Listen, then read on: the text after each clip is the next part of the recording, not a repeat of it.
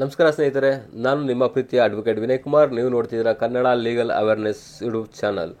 ನೀವು ಯಾರು ಹೊಸದಾಗಿ ನನ್ನ ವೀಡಿಯೋಗಳನ್ನ ನೋಡ್ತಾ ಇದ್ದೀರಾ ಅವ್ರು ಇವಾಗಲೇ ನನ್ನ ಯೂಟ್ಯೂಬ್ ಚಾನಲ್ನ ಸಬ್ಸ್ಕ್ರೈಬ್ ಮಾಡ್ಕೊಳ್ಳಿ. ಇನ್ನು ಬೆಲ್ ಐಕನ್ ಪ್ರೆಸ್ ಮಾಡಿಲ್ಲ ಅಂದರೆ ಬೆಲ್ ಐಕನ್ ಪ್ರೆಸ್ ಮಾಡ್ಕೊಳ್ಳಿ ಇವಾಗಲೇ. ಯಾಕೆಂದರೆ ನನ್ನ ಮುಂದಿನ ವೀಡಿಯೋಗಳಿಗಾಗಿ ಮತ್ತು ಮುಂದಿನ ಅಪ್ಡೇಟ್ಸ್ಗಳಿಗಾಗಿ ನಿಮಗೆ ತಕ್ಷಣದಲ್ಲಿ ಮಾಹಿತಿ ಸಿಗುತ್ತೆ. ಮತ್ತು ಏನಾದ್ರು ಕಾನೂನಿನಲ್ಲಿ ಏನಾದ್ರು ತೊಡಕುಗಳಿದ್ದರೆ ಅಥವಾ ಏನಾದ್ರು ಡೌಟ್ಸ್ಗಳೇನಾದ್ರು ನಿಮಗಿದ್ರೆ ಯಾವುದೇ ಹಿಂದೆ ಮುಂದೆ ನೋಡದೆ ನೀವು ನನ್ನ ಕಮೆಂಟ್ ಬಾಕ್ಸಲ್ಲಿ ಒಂದು ಕಮೆಂಟ್ ಮಾಡಿ, ಈ ಥರ ನನಗೆ ಪ್ರಾಬ್ಲಮ್ ಇದೆ, ಈ ಥರ ನನಗೆ ಗೈಡೆನ್ಸ್ ಬೇಕು ಮತ್ತು ಲೀಗಲ್ ಅಡ್ವೈಸ್ ಬೇಕು ನಿಮ್ಮಿಂದ ಅಂತ ಹೇಳಿ ನನಗೆ ಕಮೆಂಟ್ ಮಾಡಿದ್ರೆ ಖಂಡಿತವಾಗೂ ನಾನು ನಿಮಗೆ ಕೈಲಾದಷ್ಟು ನಾನು ನಿಮಗೆ ಕಾನೂನಿನ ಬಗ್ಗೆ ಜಾಗೃತಿನ ಮೂಡಿಸ್ತೀನಿ. ಮತ್ತು ಏನಾದ್ರು ನನಗೇನಾದ್ರು ಕನ್ಸಲ್ಟೆಂಟ್ ಮಾಡಬೇಕು ಅಂತ ಹೇಳಿದ್ರೆ ಡಿಸ್ಕ್ರಿಪ್ಷನಲ್ಲಿ ನನ್ನ ನಂಬರ್ ಇದೆ. ನನಗೆ ಯಾವುದೇ ಸಮಯದಲ್ಲಿ ಬೇಕಾದ್ರೂ ಕಾಲ್ ಮಾಡಿ ನಿಮ್ಗೆ ಏನಾದ್ರು ಡೌಟ್ಸ್ ಇದೆ ಕ್ಲಾರಿಫೈ ತಗೊಳ್ಳಿ. ಮತ್ತು ಸ್ನೇಹಿತರೆ, ನಾನು ಇವತ್ತಿನ ಪ್ರಮುಖವಾದ ಒಂದು ಸಬ್ಜೆಕ್ಟ್ ಏನಂತ ಹೇಳಿದ್ರೆ FIR. ನಾನು ಹಿಂದಿನ ಸಂಚಿಕೆಯಲ್ಲಿ ನಾನು ಕಂಪ್ಲೇಂಟನ್ನು ಹೇಗೆ ಬರೀಬೇಕು ಅಂತ ಹೇಳ್ಕೊಟ್ಟಿದ್ದೆ. ಮತ್ತು ಕಂಪ್ಲೇಂಟನ್ನು ಏನೇನೆಲ್ಲ ಇರಬೇಕು, ಕಂಪ್ಲೇಂಟಲ್ಲಿ ಏನೆಲ್ಲ ಮೇನ್ ಇಂಗ್ರೀಡಿಯೆಂಟ್ಸ್ ಇರಬೇಕು ಅದ್ರ ಬಗ್ಗೆ ಎಲ್ಲ ಮಾಹಿತಿ ಕೊಟ್ಟಿದ್ದೆ. ಈ ದಿನದಲ್ಲಿ ಕಂಪ್ಲೇಂಟ್ ಕೊಟ್ಟ ಮೇಲೆ FIR ಯಾವ ರೀತಿ ಒಂದು ಫಾರ್ಮ್ ಆಗುತ್ತೆ ಅನ್ನೋದ್ರ ಬಗ್ಗೆ ನಾನು ಮಾಹಿತಿ ಕೊಡ್ತಾ ಇದ್ದೀನಿ.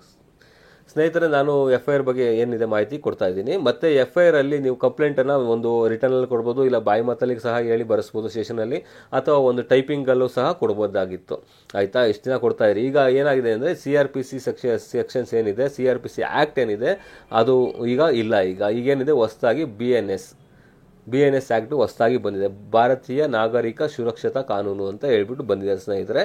ಈ BNS ಆ್ಯಕ್ಟ್ ಪ್ರಕಾರ ನೀವು ಬೇಕಾದ್ರೆ ಈಗ ಮನೇಲೇ ಕೂತು ಸಹ ಒಂದು ಕಂಪ್ಲೇಂಟನ್ನು ಕೊಡ್ಬೋದು. ಒಂದು ಕಂಪ್ಲೇಂಟನ್ನು ಬರೆದು ನೀವು ವಾಟ್ಸಪ್ ಮಾಡ್ಬೋದು, ಅಥವಾ ಒಂದು ಕಂಪ್ಲೇಂಟನ್ನು ಟೈಪ್ ಮಾಡಿ ನೀವು ಮೇಲ್ ಸಹ ಮಾಡ್ಬೋದು. ಯಾರು ಹತ್ತಿರದ ಪೊಲೀಸ್ ಸ್ಟೇಷನ್ ಯಾರಿಗೆ ನೀವು ಕಂಪ್ಲೇಂಟನ್ನು ಮಾಡ್ತೀರಾ ಅವ್ರಿಗೆ ಸಹ ಮೇಲ್ ಸಹ ಮಾಡೋದು. ಮೇಲ್ ಸಹ ಮಾಡಿದ್ರು ಸಹ ಅವರು ನೀವು ಯಾರ ಮೇಲೆ ಅಗೇನೆಸ್ಟ್ ಕಂಪ್ಲೇಂಟ್ ತೊಗೊಂಡಿರ್ತಾರೋ ಅವರು ಮೇಲೆ ಒಂದು ಆಕ್ಷನ್ನ ತಗೋತಾರೆ. ಆದರೆ ನೀವು ಮೇಲ್ ಮಾಡಿ ಅಥವಾ ವಾಟ್ಸಪ್ ಮಾಡಿ ಅದ್ರ ಮುಖಾಂತರ ನೀವು ಮಾಡಿದೆ ಆದರೆ ನೀವು ವಿತಿನ್ 3 ಡೇಸಲ್ಲಿ ನೀವು ನಿಯರೆಸ್ಟ್ ಪೊಲೀಸ್ ಸ್ಟೇಷನ್ ಯಾವ ಸ್ಟೇಷನ್ಗೆ ನೀವು ಕಂಪ್ಲೇಂಟ್ ಮಾಡಿದ್ರೋ ಆ ಸ್ಟೇಷನ್ಗೆ ನಿಯರೆಸ್ಟ್ ಪೊಲೀಸ್ ಸ್ಟೇಷನ್ಗೆ ಹೋಗಿ ನೀವು ಅಲ್ಲಿ ಸ್ಟೇಷನ್ HSOನ ಭೇಟಿ ಮಾಡಿ ಈ ಥರ ನಾನು ಕಂಪ್ಲೇಂಟ್ ಮಾಡಿದ್ದೆ, ಅದು ಏನಾಗಿದೆ ತಿಳ್ಕೊಂಡು ನಂತರ ಅವ್ರಿಗೊಂದು ಸಿಗ್ನೇಚರ್ ಮಾಡಿ ಕೊಡಬೇಕು. ಕಂಪ್ಲೇಂಟ್ಗೆ ಒಂದು ಸಿಗ್ನೇಚರ್ ಮಾಡಿ ಮತ್ತೆ ನೀವು ಕೊಡಬೇಕಾಗತ್ತೆ. ಏನು ನೀವು ಮೇಲ್ ಮಾಡಿದ್ರು ಅದನ್ನೇ ಪ್ರಿಂಟ್ಔಟ್ ತೊಗೊಂಡು ಅದಕ್ಕೊಂದು ಸಿಗ್ನೇಚರ್ ಮಾಡಿ ಕೊಡಬೇಕಾಗತ್ತೆ.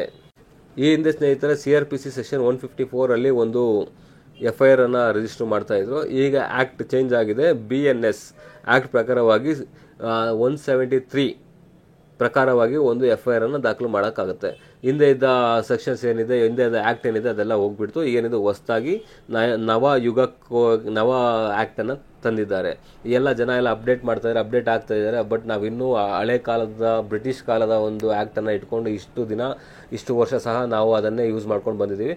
ಆದರೆ ಈಗ ಹೊಸದಾಗಿ ಆ್ಯಕ್ಟನ್ನು ಮಾಡಿದರೆ 3 ಆ್ಯಕ್ಟ್ ಬಂದಿದೆ, BNS, BSS ಮತ್ತು ಇಂಡಿಯನ್ ಎವಿಡೆನ್ಸ್ ಆ್ಯಕ್ಟ್. ಅದು ಸಹ ಒಂದು ರಿಪೀಲ್ ಆಗಿ ಇನ್ನೊಂದು ಹೊಸ ಆ್ಯಕ್ಟನ್ನು ಸಹ ಮಾಡಿದ್ದಾರೆ. ಈಗ ನೀವು ಆನ್ಲೈನಲ್ಲಿ ಕಂಪ್ಲೇಂಟ್ ಮಾಡಿದ್ದೀರಾ, ಕಂಪ್ಲೇಂಟ್ ಮಾಡಿಬಿಟ್ಟು ಒಂದು ಸ್ಟೇಷನ್ಗೆ ಹೋಗಿ ಭೇಟಿ ಮಾಡಿ SHO ಹೋಗ್ಬಿಟ್ಟು ಸಿಗ್ನೇಚರ್ ಮಾಡಿ ಸಹ ಬಂದಿದ್ದೀರಾ. ಅವ್ರಿಗೆ ನೀವು ಆನ್ಲೈನ್ ಕಂಪ್ಲೇಂಟ್ ಮಾಡಿದ್ರೆ ಅವರಿಗೆ ಒಂದು ಇನ್ವೆಸ್ಟಿಗೇಷನ್ ಮಾಡಿ ಒಂದು FIR ದಾಖಲು ಮಾಡೋಕ್ಕೆ ಅವರಿಗೆ 14 ಡೇಸ್ ಟೈಮ್ ಇರುತ್ತೆ.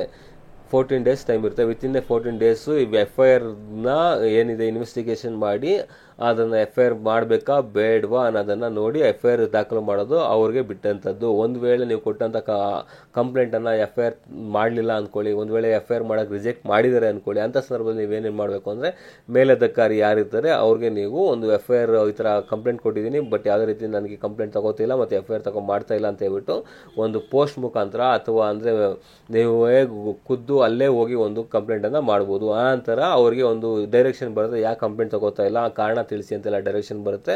ಆದರೂ ಸಹ ನಿಮಗೆ ಯಾವುದೇ ರೀತಿಯ ಒಂದು FIR ಮಾಡಲಿಲ್ಲ ಅಂತ ಹೇಳಿದ್ರೆ, ಆ ವ್ಯಕ್ತಿ ವಿರುದ್ಧ ಒಂದು ಆಕ್ಷನ್ ತಗೊಳ್ಳಿಲ್ಲ ಅಂತ ಹೇಳಿದ್ರೆ ನಿಮ್ಗೆ ಅದರಲ್ಲೂ ಸಹ ಒಂದು ನಿಮಗೆ ಒಂದು ಕಾಲಾವಕಾಶ ಇದೆ ಮತ್ತು ಒಂದು ದಾರಿ ಇದೆ. ಏನು ಹೇಳಿದ್ರೆ ಥ್ರೂ ಕೋರ್ಟ್ PCR ಪ್ರೈವೇಟ್ ಕಂಪ್ಲೇಂಟನ್ನು ಫೈಲ್ ಮಾಡಿ ನೀವೇನು ಒಂದು ಪೊಲೀಸ್ ಸ್ಟೇಷನ್ಗೆ ಕಂಪ್ಲೇಂಟ್ ಕೊಟ್ಟಿದ್ರಿ ಅದ್ರದ್ದು ಅಕ್ಲಾಜ್ಮೆಂಟ್ ಏನಿದೆ ಅದು, ಮತ್ತು ನೀವೇನು ಪೋಸ್ಟ್ ಮುಖಾಂತರ SP ಅಥವಾ DSPಗೋ ಯಾರು ಸರ್ಕಲ್ ಇನ್ಸ್ಪೆಕ್ಟರ್ಗೋ ಅವ್ರಿಗೆ ಯಾರಿಗೆ ಕಳಿಸಿರ್ತೀರಾ ಅವ್ರದ್ದು ಸಹ ಒಂದು ಕಂಪ್ಲೇಂಟು ಮತ್ತು ಅದು ಅಕ್ಲಾಜ್ಮೆಂಟು ಏನಿದೆ, ಪೋಸ್ಟಲ್ ರೆಸಿಪ್ಟ್ ಏನಿದೆ ಅದೆಲ್ಲ ತಗೊಂಡು ಬಂದರೆ ಖಂಡಿತವಾಗಲೂ ನೀವು ಪ್ರೈವೇಟ್ ಕಂಪ್ಲೇಂಟ್ PCR ಮುಖಾಂತರ ನೀವು ಥ್ರೂ ಕೋರ್ಟ್ ಮುಖಾಂತರ ನೀವು ಒಂದು FIR ಅನ್ನು ದಾಖಲು ಮಾಡ್ಬೋದು.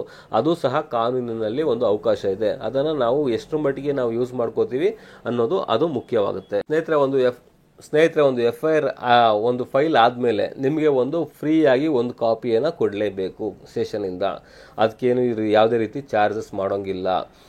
FIR ಆಗ್ತಾ ಇದ್ದಂಗೆ FIR ಕಾಪಿನ ನಿಮಗೆ ಫ್ರೀಯಾಗಿ ಕೊಡಬೇಕು. ಹಿಂದೆ CRPC ಇದ್ದಾಗ FIR ಕಾಪಿ ಕಂಪ್ಲೇಂಟ್ ಮಾತ್ರ ಕೊಡಬೇಕಾಗಿತ್ತು.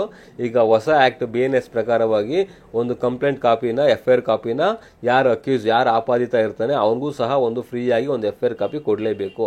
ನಂತರ ಸ್ನೇಹಿತರೆ, ಒಂದು FIR ಕಾಪಿಲಿ ಏನೇನೆಲ್ಲ ಒಳಗೊಂಡಿರುತ್ತೆ ಅಂದರೆ ಮೇಯ್ನ್ಲಿ ಒಂದು ಕ್ರೈಮ್ ನಂಬರ್ ಇರುತ್ತೆ, ಮತ್ತು ಯಾವ ದಿನಾಂಕದಂದು FIR ಮಾಡಿದರೆ ಅದು ಡೀಟೇಲ್ಸ್ ಇರುತ್ತೆ, ಮತ್ತು ಯಾವ ಸೆಕ್ಷನ್ ಮಾಡಿದ್ದಾರೆ, ಯಾವ ಸೆಕ್ಷನಲ್ಲಿ ಹಾಕಿದ್ದಾರೆ ಅದ್ರ ಡೀಟೇಲ್ಸ್ ಎಲ್ಲ ಇರುತ್ತೆ, ಮತ್ತು ಕಂಪ್ಲೇಂಟ್ ಯಾರು, ಅವರ ಅಡ್ರೆಸ್ ಏನು, ಅವರ ಜಾತಿ ಯಾವುದು, ಅವರ ರಾಷ್ಟ್ರೀಯತೆ ಯಾವುದು, ಅವರ ಧರ್ಮ ಯಾವುದು, ಪ್ರತಿಯೊಂದು ಸಹ ಒಂದು FIR ಅಲ್ಲಿ ಮೆನ್ಷನ್ ಮಾಡಿರ್ತಾರೆ. ನಂತರ ನೀವೇನು ಕಂಪ್ಲೇಂಟ್ ಕೊಟ್ಟಿದ್ದೀರಾ ಆ ಕಂಪ್ಲೇಂಟ್ ಡೀಟೇಲ್ಸ್ ಸಹ ಆ FIR ಕಾಪಿಲಿ ಬಂದಿರುತ್ತೆ.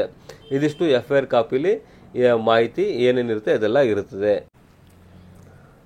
ಈಗ ಕಂಪ್ಲೇಂಟ್ ಕೊಟ್ಟರೆ FIR ದಾಖಲಾಯಿತು ಅವ್ರ ವಿರುದ್ಧ, ಮುಂದಿನ ಸ್ಟೆಪ್ಸ್ ಏನು, ಮುಂದೆ ಏನು ಮಾಡಬೇಕು, ಚಾರ್ಜ್ ಶೀಟ್ ಅಂದರೆ ಏನು, ಚಾರ್ಜ್ ಶೀಟ್ ಯಾವಾಗ ಹಾಕ್ತಾರೆ, ಎಷ್ಟು ದಿನ ಬೇಕು ಚಾರ್ಜ್ ಶೀಟ್ ಹಾಕಿ, ಎಷ್ಟು ದಿನದೊಳಗಡೆ ಚಾರ್ಜ್ ಶೀಟ್ ಹಾಕಬೇಕು, ಅದಕ್ಕೆ ನಿಮ್ಮಿಂದ ಏನೇನು ಸಪೋರ್ಟ್ ಆಗಬೇಕು, ಏನೇನು ಎಂಕ್ವೈರಿಗೆ ನೀವೆಲ್ಲ ಯಾವ ರೀತಿ ಒಂದು ಎಂಕ್ವೈರಿಗೆ ಒಂದು ಸ್ಟೇಷನ್ ಪೊಲೀಸ್ ಅವರಿಗೆ ಒಂದು ಸಹಾಯ ಮಾಡ್ತೀರಾ, ಅದ್ರ ಬಗ್ಗೆ ಎಲ್ಲ ನಿಮಗೆ ಸಂಪೂರ್ಣವಾದ ಮಾಹಿತಿ ನಾನು ಮುಂದಿನ ವಿಡಿಯೋಗಳಲ್ಲಿ ಕೊಡ್ತೀನಿ. ನೀವು ನಿರಂತರವಾಗಿ ಇದೇ ರೀತಿ ನನ್ನ ಯೂಟ್ಯೂಬ್ ಚಾನಲ್ನ ವೀಕ್ಷಣೆ ಮಾಡ್ಕೊಂಡು ಬನ್ನಿ. ಖಂಡಿತವಾಗಲೂ ನಿಮಗೆ ಸಂಪೂರ್ಣವಾದ ಕಾನೂನಿನ ಬಗ್ಗೆ ಅರಿವು ಮತ್ತು ಜ್ಞಾನನ ನೀಡಲು ನಾನು ಸಾಧ್ಯವಾದಷ್ಟು ಸಹ ನಾನು ಪ್ರಯತ್ನ ಪಡ್ತೀನಿ. ನಾನು ನಿಮ್ಮ ಪ್ರೀತಿಯ ಅಡ್ವೊಕೇಟ್ ವಿನಯ್ ಕುಮಾರ್. ನೀವು ನೋಡ್ತಿದ್ದೀರಾ Kannada legal awareness YouTube channel.